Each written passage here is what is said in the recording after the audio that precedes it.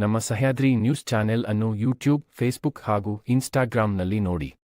Subscribe, like ಮತ್ತು share ಮಾಡಿ ಪ್ರೋತ್ಸಾಹಿಸಿ. ಶಿವಮೊಗ್ಗ ಜಿಲ್ಲೆಯಲ್ಲಿ 3 ಬಾರಿ ಸಂಸದರಾಗಿ 4ನೇ ಬಾರಿಗೆ ಚುನಾವಣೆ ಎದುರಿಸಲಿಕ್ಕೆ ಹೊರಟಿರತಕ್ಕಂಥ ಬಿ.ವೈ. ರಾಘವೇಂದ್ರ ಅವರು ಇವತ್ತು ಅಭಿವೃದ್ಧಿ ಅಂತಂದು ಹೇಳ್ಕೊಂಡು ಇಡೀ ಶಿವಮೊಗ್ಗ ಜಿಲ್ಲೆಯಲ್ಲಿ ಅಭಿವೃದ್ಧಿ ಮಾಡಿದೆ ಅಂತಂದು ಏನು ಪ್ರಚಾರ ಪಡಿತಾ ಇದ್ದಾರೆ. ಇದರೊಳಗೆ ರಾಷ್ಟ್ರದಲ್ಲಿ ಇವತ್ತೇನು ಬಿಜೆಪಿಯ ಸರ್ಕಾರ ಅನೇಕ ಉನ್ನತ ಮಟ್ಟದ ತನಿಖಾ ಸಂಸ್ಥೆಗಳನ್ನ ತನ್ನ ಕೈಗೊಂಬೆಗಳನ್ನಾಗಿ ಮಾಡ್ಕೊಂಡು ಯಾರು ಅವ್ರ ವಿರುದ್ಧವಾಗಿ ಧ್ವನಿ ಎತ್ತಾರೆ ಅವ್ರನ್ನ ಇಡಿ ಇರ್ಬೋದು, CBI ಇರ್ಬೋದು, ಅನೇಕ ಪ್ರಕರಣಗಳಲ್ಲಿ ಸಿಗಿಸಿ ಬ್ಲಾಕ್ ಮೇಲ್ ಮಾಡೋಂಥ ಕೆಲಸ, ಪ್ರಜಾಪ್ರಭುತ್ವದ ಕಗ್ಗೊಲೆ ಮಾಡ್ತಾರೆ ಅಂತ ಉದ್ದೇಶ ಇವನ್ನೆಲ್ಲ ನಾವು ನೋಡ್ತಾ ಇದ್ದೇವೆ ಬಂಧುಗಳು.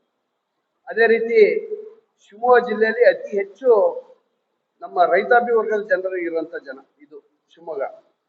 ಇದರೊಳಗೆ ಅತಿ ಮುಖ್ಯವಾಗಿ ನಾವು ಈ ಜಿಲ್ಲೆಯ ಏನು ಸಂಸದರಾಗಿರುವಂತ ರಾಘವೇಂದ್ರ ಅವ್ರನ್ನ ಕೇಳೋದಿಷ್ಟೇ, ಏನ್ ನೀವು ಚುನಾವಣಾ ಪೂರ್ವವಾಗಿ ನಮ್ಮ ಜಿಲ್ಲೆಯಲ್ಲಿರುವಂತ ಇವತ್ತಿಗೂ ಜೀವಂತವಾಗಿರುವಂತ ಸಮಸ್ಯೆಗಳು ಏನಂದ್ರೆ ಬಗೂರ್ಗುಂ ರೈತರ ಸಮಸ್ಯೆ ಆಗಿರ್ಬೋದು, ಶರಾವತಿ ಸಂತ್ರಸ್ತರು ಶರಾವತಿ ಮುಳುಗಡೆಯ ಸಂತ್ರಸ್ತ ರೈತರದ್ದಾಗಿರ್ಬೋದು, ಇನಾಮ್ ಭೂಮಿಯ ರೈತರುಗಳಿಗೆ ಹಕ್ಕುಪತ್ರ ಕೊಟ್ಟಂತ ಸಂತ್ರಸ್ತ ಆಗಿರ್ಬೋದು, ಏನು ಅರಣ್ಯ ಭೂಮಿಯಲ್ಲಿ ಉಳುಮೆ ಮಾಡಂತ ರೈತರುಗಳ ಹಕ್ಕುಪತ್ರ ಕೊಡಿಸಂತ ಸಂತ್ರಸ್ತರದ್ದಾಗಿರ್ಬೋದು. ನೀವು ಮಾತು ಕೊಟ್ಟ ಪ್ರಕಾರ ಹಿಂದೆ ಕೇಂದ್ರದಲ್ಲಿ ನಿಮ್ದೇ ಸರ್ಕಾರ ಇದ್ದಂತ ಸಂದರ್ಭದಲ್ಲಿ, ಇದ್ರ ಹಿಂದೆ ನಿಮ್ಮ ರಾಜ್ಯದಲ್ಲೂ ನಿಮ್ ಸರ್ಕಾರ ಇತ್ತು. ಆ ಸಂದರ್ಭದಲ್ಲಿ ಏನು ಅವರ 75 ವರ್ಷದ ದಾಖಲೆಗಳನ್ನ 25 ವರ್ಷಕ್ಕೆ ದಾಖಲೆಗಳನ್ನ ನಾವು ಕಡಿಮೆಗೊಳಿಸಿ ಸರಳೀಕರಣಗೊಳಿಸಿ ನಮ್ಮೆಲ್ಲ ರೈತರುಗಳಿಗೆ ಬಗರ್ಕುಂ ರೈತರಾಗಿರ್ಬೋದು ಎಲ್ಲರಿಗೂ ಹಕ್ಕುಪತ್ರ ಕೊಡ್ತೀವಿ ಅಂತ ನೀವು ಚುನಾವಣಾ ಪೂರ್ವವಾಗಿ ನೀವೆಲ್ಲ ಕಡೆ ಹೇಳ್ಕೊಂಡು ಹೋಗ್ತಾ ಇದ್ರಿ. ಆದ್ರೆ ಇಲ್ಲಿವರೆಗೂ ಕಳೆದ ಚುನಾವಣೆಯಿಂದ ಇಲ್ಲಿವರೆಗೂ ನೀವು ಯಾರಿಗಾರು ಒಂದು ಹಕ್ಕುಪತ್ರ ಕೊಡ್ತಿದ್ರ ಅಂತ ನಿಮ್ಗೆ ಈ ಮಾಧ್ಯಮದ ಮುಖಾಂತರ ನಾನು ಕೇಳಕ್ಕೆ ಇಷ್ಟಪಡ್ತೇನೆ. ಒಂದು, ಯಾಕೆಂದ್ರೆ ನಮ್ಮ ರೈತರು ಇವತ್ತು ಭೂಮಿ ನಂಬಿಕೆ ಜೀವನ ಮಾಡ್ತಾ ಇದ್ದಾರೆ ಶಿವಮೊಗ್ಗ ಜಿಲ್ಲೆಯಲ್ಲಿ. ಆ ರೈತರಿಗೆ ಏನಾದ್ರು ಭೂಮಿಯಲ್ಲಿ ಉಳಿವು ಮಾಡೋಂಥ ಸಂದರ್ಭದಲ್ಲಿ ಕಳೆದ ಸಾರ್ವತ್ರಿಕ ವಿಧಾನಸಭಾ ಚುನಾವಣಾ ಹಿಂಭಾಗ ನಮ್ಮ ರೈತರಿಗೆ ಪ್ರತಿಯೊಬ್ಬರಿಗೂ ಭೂಗಳ್ಳರು ಅಂತಂದು ಕೇಸ್ ಹಾಕ್ಸಂತ ಕೆಲಸ ನೀವು ಮಾಡಿದ್ರಿ. ಆದ್ರೆ ನೀವು ರೈತರಿಗೆ ಮಾತು ಕೊಟ್ಟಂತ ಮಾತು ನಿಮ್ಮಲ್ಲಿ ಉಳಿಸ್ಕೊಳ್ಳಿಲ್ಲ. ಎರಡನೇದಾಗಿ ಇಡೀ ಶಿವಮೊಗ್ಗ ಜಿಲ್ಲೆಯಲ್ಲಿ ಅತಿ ಹೆಚ್ಚು ರೈತರಂತ ಶಿವಮೊಗ್ಗ ಜಿಲ್ಲೆ. ಕೇವಲ ರಸ್ತೆಗಳನ್ನು ಮಾಡಿದ್ವಿ, ಕಟ್ಟಡಗಳನ್ನು ಮಾಡಿದ್ವಿ, ಬ್ರಿಡ್ಜ್ ಮಾಡಿದ್ರಿ ಅಂತಂದ್ರೆ ಏನು ವಿಮಾನ ನಿಲ್ದಾಣ ಮಾಡಿದ್ವಿ. ಆದ್ರೆ ನಮ್ಮ ರೈತರಿಗೆ ಆರ್ಥಿಕವಾಗಿ ಅವ್ರ ಕಾಲ ಮೇಲೆ ಅವ್ರು ನಿಲ್ಲಕ್ಕೆ ಶಕ್ತಿ ಕೊಟ್ಟಂತ ಕೆಲಸ ನೀವೇನಾದ್ರು ಮಾಡಿದ್ರೆ ಅದು ನೀವು ಬಹಿರಂಗವಾಗಿ ಹೇಳ್ಬೇಕಾಗುತ್ತೆ. ನಮ್ಮ ಶಿಕಾರ್ಪುರ ನಮ್ಮ ತಾಲೂಕಿನ ವಿಚಾರವಾಗಿ ನಾವು ಮಾತಾಡ್ತೀವಿ. ಒಂದು ವಿಚಾರ, ಇವತ್ತು ನಮ್ಮ ಜಿಲ್ಲೆಯ ಉಸ್ತುವಾರಿ ಸಚಿವರು ಅವರ ಪಾದಯಾತ್ರೆ ಫಲವಾಗಿ ಕಳೆದ ಬಿಜೆಪಿ ಮತ್ತು JDS ಮತ್ತು ಕಾಂಗ್ರೆಸ್ ಸಮ್ಮಿಶ್ರ ಸರ್ಕಾರ ಇದ್ದಂತ ಸಂದರ್ಭದಲ್ಲಿ ನಮ್ಮ ಜಿಲ್ಲೆಯ ಉಸ್ತುವಾರಿ ಸಚಿವರು ಪಾದಯಾತ್ರೆ ಮಾಡಿ ಕುಮಾರಸ್ವಾಮಿ ಅವರು ಮುಖ್ಯಮಂತ್ರಿ ಆದಂತ ಸಂದರ್ಭದಲ್ಲಿ ಶಿಕಾರ್ಪುರಕ್ಕೆ ಏತ ನೀರಾವರಿ ಅಂತಂದು ಸ್ಯಾಂಕ್ಷನ್ ಮಾಡಿರುವಂತ ದಾಖಲೆ ಸಹಿತ ನಮ್ಮಲ್ಲಿದೆ. ಆದ್ರೆ ಅದೇ ಇದನ್ನ ನೀವು ಆಪರೇಷನ್ ಕಮಲದ ಮುಖಾಂತರ ನೀವು ಸರ್ಕಾರಕ್ಕೆ ಬಂದು ನಾವೇ ಮಾಡಿದ್ವಿ ಅಂತಂದು ಹೇಳಿ ಶಿಕಾರ್ಪುರದಲ್ಲಿ ನೀವು ಏತ ನೀರಾವರಿ ಮಾಡಿದ್ವಿ ಅಂತ ನೀವೇ ಸನ್ಮಾನ್ಯ ಮಾಜಿ ಮುಖ್ಯಮಂತ್ರಿಗಳಾದ ಯಡಿಯೂರಪ್ಪನವ್ರಿಗೆ ರೈತ ಸನ್ಮಾನ ಅಂತ ನೀವೇ ಕಾರ್ಯಕ್ರಮ ಮಾಡ್ಕೊಂಡ್ರಿ. ನಾನು ಇವತ್ತು ಕೇಳಕ್ ಹೊರಟಿರೋದು ಇಷ್ಟೇ, ಸುಮಾರು ಶಿಕಾರ್ಪುರ ತಾಲೂಕಿನಲ್ಲಿ 184 ಹಳ್ಳಿಗಿಂತ 184 ಗ್ರಾಮಗಳು ಇವೆ. ಇವತ್ತು ಕನಿಷ್ಠ ಅಂದ್ರೂ ಹೆಚ್ಚು 100 ಗ್ರಾಮಗಳು ಇವತ್ತು ಕುಡಿಯೋ ನೀರಿಗೆ ತೊಂದರೆ, ಬರೀ ಕುಡಿಯೋ ನೀರಿಗೆ, ರೈತರ ಭೂಮಿ ಬೆಳೆ ಉಳಿಸ್ಕೊಳ್ಳೋದಿರ್ಲಿ, ಕುಡಿಯೋ ನೀರಿಗೆ ತೊಂದರೆ ಆಗಂತ ಪರಿಸ್ಥಿತಿ ಇವತ್ತು ಶಿಕಾರ್ಪುರದಲ್ಲಿ ತಲೆದೂರಿದೆ. ಇವತ್ತು ಎಲ್ಲಿ ಬೋರ್ವೆಲ್ ಹೊಡೆದ್ರು, ಕೊಳವೆ ಬಾವಿಗಳು ಹೊಡೆದ್ರು ಇವತ್ತು ಅಂತರ್ಜಲ ಕುಸಿದೋಗಿ ಎಲ್ಲೂ ಸಹಿತ ನೀರು ಸಿಗ್ತಿಲ್ಲ. ಇವತ್ತು ನಮ್ಮ ಜನಸಾಮಾನ್ಯರು ಬೆಳಗ್ಗೆ ಎದ್ದು ಮಧ್ಯಾಹ್ನ ಬಿಟ್ಟ ಬರೀ ನೀರು ಹಿಡಿಯಂತ ಕೆಲಸ, ಮನೆಗಳಿಗೆ ನೀರು ಸ್ಟಾಕ್ ಮಾಡೋಂಥ ಕೆಲಸ ಮಾಡ್ತಾ ಇದ್ದಾರೆ. ಆದ್ರೆ ಏತ ನೀರಾವರಿ ಮಾಡಿದ್ರಿ ಅಂತಂದು ಕಳೆದ ವಿಧಾನಸಭಾ ಚುನಾವಣಾ ಸಂದರ್ಭದಲ್ಲಿ ಅವತ್ತು ನಾವು ಏತ ನೀರಾವರಿ ಮಾಡಿದ್ವಿ ಅಂತ ಹೇಳ್ತಾ ಹೋದ್ರಿ. ಆದ್ರೆ ಏತ ನೀರಾವರಿ ಆದಂತ ನೀರನ್ನ ಸರಿಯಾದ ರೀತಿಯಲ್ಲಿ ನೀವು ಕೆರೆ ತುಂಬಿಸಂತ ಕೆಲಸ ಶಿಕಾರ್ಪುರ ತಾಲೂಕಿನ ಶಾಸಕರಾದಂತ ವಿಜೇಂದ್ರ ಅವರು ಮಾಡಲಿಲ್ಲ. ಎಲ್ಲೋ ಒಂದು ಕೆರೆ ತುಂಬಿದಾಗ ನಮ್ಮ ಅವರ ಬಿಜೆಪಿಯ ಮುಖಂಡರುಗಳು ಕರ್ಕೊಂಡು ಬಾಗಿನ ಕೊಡುವಂತ ಕೆಲಸ ನೀವು ಮಾಡಿದ್ರಿ.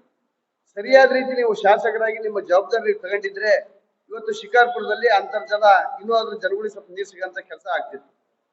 ನಾ ಹೇಳೋದಿಷ್ಟೇ, ನಮ್ಮ ಜಿಲ್ಲೆಯ ಸಂಸದರಿಗಾಗಿರ್ಬೋದು, ಈ ರಾಜ್ಯದ ಮಾಜಿ ಮುಖ್ಯಮಂತ್ರಿಯಾದ ಯಡಿಯೂರಪ್ಪನವರಿಗೆ ನಾವು ಕೇಳೋದಿಷ್ಟೇ, ಬಂಗಾರಪ್ಪನವರು ಮುಖ್ಯಮಂತ್ರಿ ಆದಂತ ಸಂದರ್ಭದಲ್ಲಿ ಏನು ಅಪ್ಪರ್ ತುಂಗ ಅಂತ ಒಂದು ಕಾರ್ಯಕ್ರಮ ಆ ಚಾನಲ್ ಮುಖಾಂತರ ಗದಗ ಜಿಲ್ಲೆಗೆ ನೀರು ಒಯ್ಯಂತ ಕೆಲಸ ಮಾಡಿದ್ರು.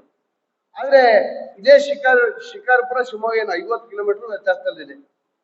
4 ಬಾರಿ ಮುಖ್ಯಮಂತ್ರಿ ಆಗಿದ್ದು ಶಿಕಾರ್ಪುರಕ್ಕೆ ಎಲ್ಲೇ ಒಂದೇ ಒಂದು ಸಣ್ಣ ಚಾನಲ್ ಸಹಿತ ನೀರು ತರಂತ ವ್ಯವಸ್ಥೆ ನೀವು ಮಾಡಲಿಲ್ಲ. ಯಾವಾಗ ವಿರೋಧ ಪಕ್ಷದಲ್ಲಿದ್ದಂತ ಮಧು ಬಂಗಾರಪ್ಪನವ್ರು ಯಾವತ್ತು ಪಾದಯಾತ್ರೆ ಮಾಡಿ ಏತ ನೀರಾವರಿ ತರಲಿಕ್ಕೆ ಹೊರಟ್ರಿ, ತಾಲೂಕಿನಲ್ಲಿ ಜನ ನಿಮಗೆ ಓಡಾಡಕ್ ಬಿಡಲ್ಲ ಅನ್ನೋ ದೃಷ್ಟಿ ಇಟ್ಕೊಂಡು ಅವತ್ತು ಅದೇ ಮಧು ಬಂಗಾರಪ್ಪನ ಸ್ಯಾಂಕ್ಷನ್ ಏನು ಜಾರಿ ತಂದಂತ ಯೋಜನೆಯನ್ನ ನೀವು ಹೈಜಾಕ್ ಮಾಡಿ ಏತ ನೀರಾವರಿ ಅಂತ ಮಾಡಿದ್ರಿ ಅಂತ ನಾನು ಹೇಳಕ್ ಇಷ್ಟಪಡ್ತೇನೆ. ಕಳೆದ 83ನೇ ಇಸ್ವಿಯಲ್ಲಿ 83ನೇ ಇಸ್ವಿಯಿಂದ ಇಲ್ಲಿವರೆಗೂ ಶಿಕಾರ್ಪುರ ತಾಲೂಕಲ್ಲಿ ಆಡಳಿತ ಮಾಡ್ತಿರೋದು ನೀವೇ. ಮತದಾರರ ಮನಸ್ಸನ್ನ ತಿಳಿಯಾದಂತ ಮನಸ್ಸನ್ನು ನೀವು ಹಾಳು ಮಾಡಿ ಅವರಿಂದ ಕೋಮುಗಲಭೆ ಎಬ್ಬಿಸಿ ಇವತ್ತು ಮತವನ್ನು ಪಡೆಯುವಂತ ಕೆಲಸ ನೀವು ಮಾಡ್ತಾ ಇದ್ದೀರಿ. ನಾವ್ ಹೇಳೋದು ಇಷ್ಟೇ, ಕೇವಲ ಹಿಂದುತ್ವ ಇಟ್ಕೊಂಡು ಹೋದ್ರೆ ಯಾರ ಹೊಟ್ಟೆನೂ ತುಂಬಲ್ಲ. ಜನಗಳಿಗೆ ಇವತ್ತು ಸರಿಯಾಗಿ ಅವ್ರ ಕಾಲ ಮೇಲೆ ನಿಲ್ಲುವಂತ ಶಕ್ತಿ ನೀವು ಕೊಟ್ಟಿದ್ರೆ ಇವತ್ತು ಶಿವಮೊಗ್ಗ ಜಿಲ್ಲೆಯಲ್ಲಿ ವಿಮಾನ ನಿಲ್ದಾಣ ಆಗಿದೆ. ಅದಕ್ಕೆ ತಕ್ಕಂಗೆ ನೀವು ನಮ್ಮ ರೈತಾಪಿ ವರ್ಗದ ಜನರಿಗಾಗಿರ್ಬೋದು, ಮಧ್ಯಮ ವರ್ಗದ ಜನರಿಗಾಗಿರ್ಬೋದು, ಅವ್ರ ಕಾಲ ಮೇಲೆ ನಿಲ್ಲುವಂತ ಶಕ್ತಿ ನೀವೇನ್ ಕೊಟ್ರಿ. ಇವತ್ತು ಭದ್ರಾವತಿಯಲ್ಲಿ BSIL ಫ್ಯಾಕ್ಟ್ರಿ ಮುಚ್ಚಿ ಹೋಗ್ತಾ ಇದೆ. ಬೇಕು ಅಂತ ಕಣ್ಣ ಮುಚ್ಚನೆ ಮಾಡ್ತಾ ಇದ್ರಿ ನೀವು. ಚುನಾವಣಾ ಬಂದಂತ ಸಂದರ್ಭದಲ್ಲಿ ಕೇಂದ್ರದಿಂದ ಏನೋ ಒಂದು ಪತ್ರ ಹಾಕಿಸಿ ಅದಕ್ಕೆ ಮತ್ತೆ ಮರುಜೀವ ಕೊಡ್ತೇವೆ ಅಂತ ಹೇಳ್ತಾ ಇದ್ರಿ. ಎಲ್ಲಿವರೆಗೂ ನಿಮ್ಮ ಆಡಳಿತ ಇಷ್ಟು ವರ್ಷ ಎದುರಿಸಿದ್ರು ಏನ್ ಮಾಡಕ್ಕಾಯ್ತು ನಿಮ್ಮಿಂದ? ಶಿವಮೊಗ್ಗ ಜಿಲ್ಲೆಯ ಜನರು ನಿಮ್ಗೆ ಯಾಕೆ ವೋಟ್ ಹಾಕ್ಬೇಕು ಅಂತ ಈ ಸಂದರ್ಭದಲ್ಲಿ ಕೇಳ್ತಾ ಇದ್ದೀನಿ. ಅದೇ ರೀತಿ ನಮ್ಮ ಜಿಲ್ಲೆಯ ನಮ್ಮ ಈ ರಾಜ್ಯದ ಮಾಜಿ ಮುಖ್ಯಮಂತ್ರಿಗಳು ದಿವಂಗತ S ಬಂಗಾರಪ್ಪನವರು ಇಡೀ ರಾಜ್ಯಕ್ಕೆ ಶಿವಮೊಗ್ಗ ಜಿಲ್ಲೆಯಲ್ಲಿ ಇದ್ದಿದ್ರಲ್ಲೂ ಹೆಚ್ಚಾಗಿರುವಂತ ರೈತರುಗಳು ಅವರ ಪಂಪ್ ಸೆಟ್ ಏನು ನಂಬಿಕೆಯಲ್ಲಿ ಜೀವನ ಮಾಡಿದಂತ ನಮ್ಮ ರೈತಾಪಿ ವರ್ಗದವರಿಗೆ ಅವತ್ತು ಅವರು ಮುಖ್ಯಮಂತ್ರಿ ಆದಂತ ಸಂದರ್ಭದಲ್ಲಿ ಶಾಶ್ವತವಾಗಿ ನಮ್ಮ ರೈತರಿಗೆ ಏನು ಉಚಿತವಾಗಿ ವಿದ್ಯುತ್ ಕೊಡುವಂತ ಪಂಪ್ ಸೆಟ್ಗಳಿಗೆ ವಿದ್ಯುತ್ ಕೊಡುವಂತ ಕೆಲಸ ಬಂಗಾರಪ್ಪನವ್ರು ಮಾಡಿದ್ರು. ಆತರ ಯಾವ್ದಾರ ಒಂದು ಶಾಶ್ವತವಾಗಿ ನೀವು ಕೆಲಸ ಮಾಡಿದ್ರೆ ಇವತ್ತು ನೀವು ಧೈರ್ಯವಾಗಿ ವೋಟ್ ಕೇಳ್ಬೋದಿತ್ತು. ಕೇವಲ ಅಭಿವೃದ್ಧಿ ಅಂತಂದು ನಾನು ಕೇಳ್ತಾ ಇದ್ದೀನಿ. ಈ ಸಂದರ್ಭದಲ್ಲಿ ಶಿಕಾರಿಪುರಕ್ಕೆ ಬಂದಂತ ಸಂದರ್ಭದಲ್ಲಿ ನೀವು ಶಿಕಾರಿಪುರದಲ್ಲಿ ಏನ್ ಜೋಳಿಗೆ ಹಾಕೊಂಡು ಡಬ್ಬ ಹಿಡ್ಕೊಂಡು ನಿಮಗೆ ದುಡ್ಡು ಕಲೆಕ್ಟ್ ಮಾಡಿ ನಿಮ್ಮನ್ನ ಶಾಸಕರನ್ನ ಮಾಡಿದಂತ ಉದಾಹರಣೆ ಇಡೀ ಶಿಕಾರ್ಪುರ ಶಿವಮೊಗ್ಗ ಜಿಲ್ಲೆಗೆ ಗೊತ್ತಿರುವಂತ ವಿಚಾರ. ಆದ್ರೆ ಇವತ್ತು ಶಿವಮೊಗ್ಗ ಜಿಲ್ಲೆ ಇಡೀ ರಾಜ್ಯದಲ್ಲಿ ಒಂದೊಂದ್ಸರಿ ನೀವು ಜಮೀನ್ ಖರೀದಿ ಮಾಡಿದ್ರೆ 50 ಎಕರೆ 100 ಎಕರೆ ಮೇಲೆ ಜಮೀನ್ ಖರೀದಿ ಮಾಡ್ತಾ ಇದ್ರಿ. ಯಾವ ತೋಟದಲ್ಲಿ ಏನೇನ್ ಬೆಳೆ ಮಾರಿ ಏನೇನ್ ಮಟ್ಟಿ ಇಷ್ಟು ದುಡ್ಡು ಮಾಡಿದ್ರಿ, ಇಷ್ಟು ಜಮೀನ್ ಖರೀದಿ ಮಾಡ್ತಾ ಇದ್ರಿ, ಇಷ್ಟು ಕಣ್ಣಿಗೆ ಕಾಣಂತ ನಿಮ್ಮ ಆಸ್ತಿಗಳು ಶಿವಮೊಗ್ಗ ಜಿಲ್ಲೆ ಅಭಿವೃದ್ಧಿ ಮಾಡಿದ್ರಿ ಅಂತ ಹೇಳ್ತಾ ಇದ್ರಿ. ಅದ್ರ 4 ಪಟ್ಟು ನಿಮ್ಮ ಅಭಿವೃದ್ಧಿನೇ ಜಾಸ್ತಿ ಆಗಿದೆ ಅಂತ ಈ ಸಂದರ್ಭದಲ್ಲಿ ಹೇಳ್ತಾ ಇದ್ದೀನಿ. ಅದೇ ರೀತಿ ಕಳೆದ ವಿಧಾನಸಭಾ ಚುನಾವಣಾ ಸಂದರ್ಭದಲ್ಲಿ ನಮ್ಮ ಶಿವಮೊಗ್ಗ ಜಿಲ್ಲೆ ಆಗಿರ್ಬೋದು, ರಾಜ್ಯದಲ್ಲಿ ಆಗಿರ್ಬೋದು, ಬಹಳ ದೊಡ್ಡ ಏನು ವಿಜೇಂದ್ರ ಅವ್ರು ಸ್ಪರ್ಧೆ ಮಾಡ್ತಾ ಇದಾರೆ, ವಿಜೇಂದ್ರ ಅವ್ರು ಇದು ಮಾಡ್ತಾರೆ ಅಂತಂದು ಬಿಂಬಿಸ ಅಂತ ಕೆಲಸ ಆಯ್ತು. ಆದ್ರೆ ನಾನು ಅಲ್ಲಿ ಪಕ್ಷೇತರ ಅಭ್ಯರ್ಥಿಯಾಗಿ ಸ್ಪರ್ಧೆ ಮಾಡಿದೆ. ಆದ್ರೆ ನನಗೆ ಅದೇನು ಬಹಳ ದೊಡ್ಡ ಲೆವೆಲ್ಗೆ ಅನ್ಸಲೇ ಇಲ್ಲ.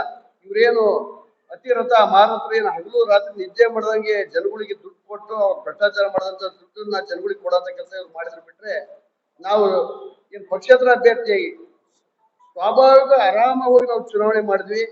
ಅದು ಜನ ಅಂತ ಒಂದು ದುಡ್ಡಿನ ಎದುರಿಗೆ ಅವರು ದುಡ್ಡಿನ ಹೊಳೆ ಹಸಿದಂತ ಸಂದರ್ಭದಲ್ಲಿ ಆ ದುಡ್ಡಿಗೆ ಬೆಲೆ ಕೊಡದಂಗೆ 71,000ಕ್ಕೂ ಅಧಿಕ ಮತಗಳು ನನಗೆ ತಾಲೂಕಿನ ಜನರು ಕೊಟ್ಟರು. ಅಂದ್ರೆ ಉದಾಹರಣೆ ಇಷ್ಟೇ, ಯಾರೇ ಎಷ್ಟೇ ದೊಡ್ಡ ವ್ಯಕ್ತಿಗಳಾಗಿರ್ಬೋದು, ಯಾರೇ ಮುಖ್ಯಮಂತ್ರಿಗಳು ಮಕ್ಕಳಾಗಿರ್ಬೋದು, ಅವರ ಆಡಳಿತ ಜನಗಳಿಗೆ ತಲುಪಲಿಲ್ಲ. ಅವರ ಅಧಿಕಾರದ ಏನ್ ಜನಗಳಿಗೆ ವಿರುದ್ಧವಾಗಿತ್ತು ಅಂದ್ರೆ, ನೀವು ಈ ಚುನಾವಣೆ MP ಚುನಾವಣೆಗೂ ಅಷ್ಟೇ ಇವರ ದುರಾಡಳಿತ ಹೆಚ್ಚಾಗಿ ಈ ಬಾರಿ ಶಿವಮೊಗ್ಗ ಜಿಲ್ಲೆಯಲ್ಲಿ ಅತಿ ಹೆಚ್ಚು ಮತಗಳಿಂದ ಗೀತಾ ಶಿವರಾಜ್ ಕುಮಾರ್ ಅವರು ಗೆಲ್ತಾರೆ.